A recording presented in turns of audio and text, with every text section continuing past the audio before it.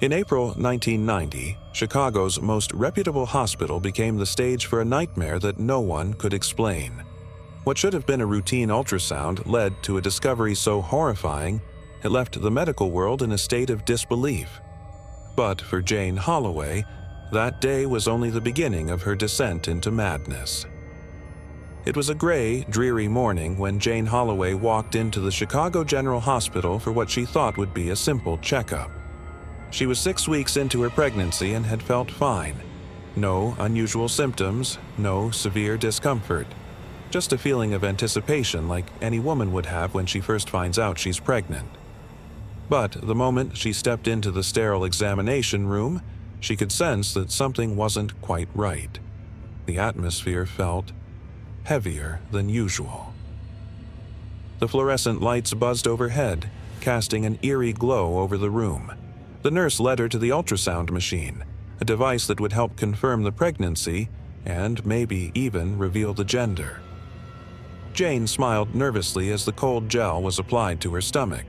She had no reason to expect anything unusual until she saw the look on the technician's face. The technician glanced at the screen, then at Jane, and back at the screen. Her fingers trembled on the keyboard as she adjusted the settings, her silence growing unbearable. "Is everything okay?" Jane asked, trying to read the woman's expression. The technician didn't answer immediately. She called in Dr. Mitchell, a seasoned obstetrician who had worked at the hospital for over 20 years. The door opened and Dr. Mitchell stepped in, his face unreadable. "Jane," Dr.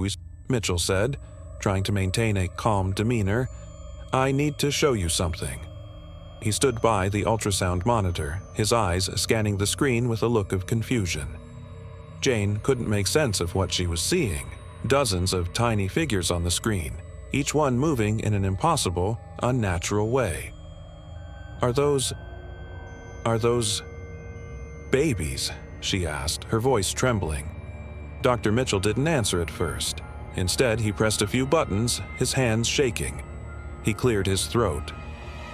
"Jane, you're not carrying 1 or 2. You're carrying 50 babies." Her mind couldn't comprehend it. 50. It was an impossible number, a number so grotesque that she thought she must have heard him wrong. 50? How is that even possible? She whispered, barely able to get the words out. Dr. Mitchell exchanged a look with the technician. He had no explanation. "We'll need to run more tests. This isn't something we've seen before. You should prepare yourself." Jane could hear her heartbeat in her ears, drowning out all other sounds. 50 babies? It didn't make sense. Her stomach began to tighten, not from the pregnancy, but from the overwhelming fear of what lay ahead. As Jane was escorted from the room, she felt the cold weight of the diagnosis settle in. This wasn't just an ordinary pregnancy. This was something far worse, but she couldn't bring herself to understand it. Not yet. By May of 1990, Jane Holloway's pregnancy had grown far beyond the physical reality of her body. She wasn't just carrying a strange number of babies. She was being consumed by them, her body warping in unimaginable ways. But it wasn't just the physical changes that terrified her.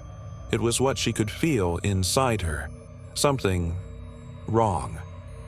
The weeks passed, and Jane's body began to change in ways that defied biology. She wasn't simply gaining weight, she was expanding. Her belly grew at an alarming rate, much faster than any pregnancy should. By the end of May, her abdomen was grotesquely swollen, distorting her body in unnatural ways. It felt like her skin was being stretched beyond its limits, and every movement was met with sharp pangs of pain. But it wasn't the size of her belly that frightened her the most. It was what she felt inside. At night, when the world around her was still, Jane could hear faint whispers.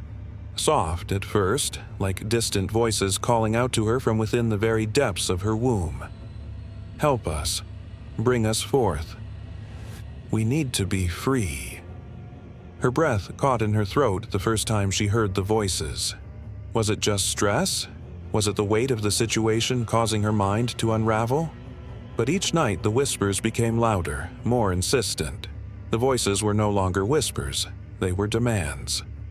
She tried to tell Dr. Mitchell about it, but he dismissed it as stress, a reaction to the overwhelming news. "It's your body adjusting," he said. "You're under a lot of pressure. The pregnancy is abnormal, but it's not dangerous." But Jane knew something was wrong. It wasn't just the physical strain, it was the presence inside her. Something was moving within her womb, and it wasn't just babies. It felt like a growing, seething mass, something alive. One night, as she lay in bed, her stomach began to ripple violently. It wasn't the usual movement of babies shifting. It was something far worse. It was as if dozens of tiny hands were pressing against the walls of her body, clawing their way out. Her scream shattered the silence of the house. "Help! Somebody, please!" she cried, clutching her stomach as the pain intensified. The whispers seemed to surround her, becoming louder, more frantic. "Let us out, Jane. It's time." Her skin burned and she felt like her body was being torn apart from the inside. Desperation surged through her veins. She had to get to the hospital, now. But when she arrived at the hospital, there was no sign of the typical medical chaos. The doctors simply stared at her, their faces pale with disbelief. They hadn't seen anything like this before. Jane wasn't just a patient, she was the epicenter of a medical nightmare. One they couldn't explain. And each day, as the whispers grew, so did the eerie sense that Jane wasn't just carrying these babies, she was becoming one with them. The birth was inevitable. What Jane had carried for months, something twisted, something wrong, was finally ready to be unleashed. But the horror she gave birth to that night would change everything. And in the shadows, something watched, waiting. By the end of June 1990, Jane's body could no longer sustain the impossible pregnancy. Her doctors had made the call. It was time to deliver. But there was no plan for what she was about to face. No protocol for something as grotesque and unexplainable as this. The hospital had been packed with specialists from across the country, geneticists, obstetricians, even psychiatrists, but none of them had the answers. Jane was placed on the operating table, her body trembling in fear and pain.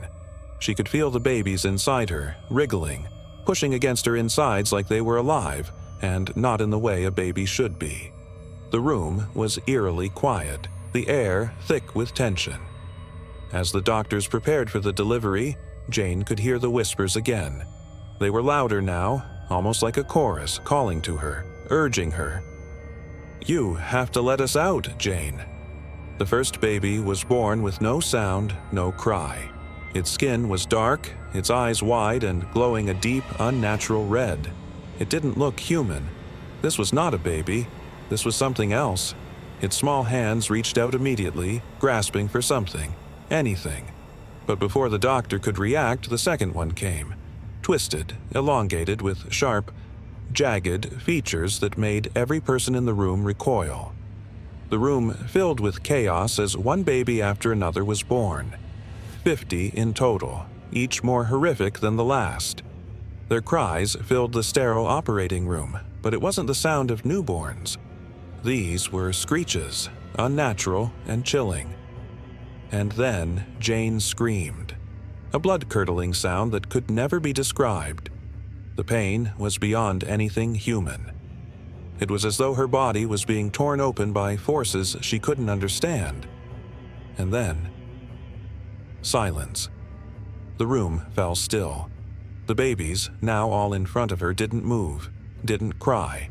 Their bodies twitched, their eyes staring blankly into the room. The medical staff scrambled, unsure of what to do. They tried to speak, but no words came. There was nothing to say. Jane was gone. Vanished. The nurses and doctors looked at each other, their faces pale. They had no explanation for what they had witnessed. Jane was gone, but the babies remained. Silent, unmoving, and watching. One doctor, barely able to stand, whispered, "They're still here, waiting." And so they were.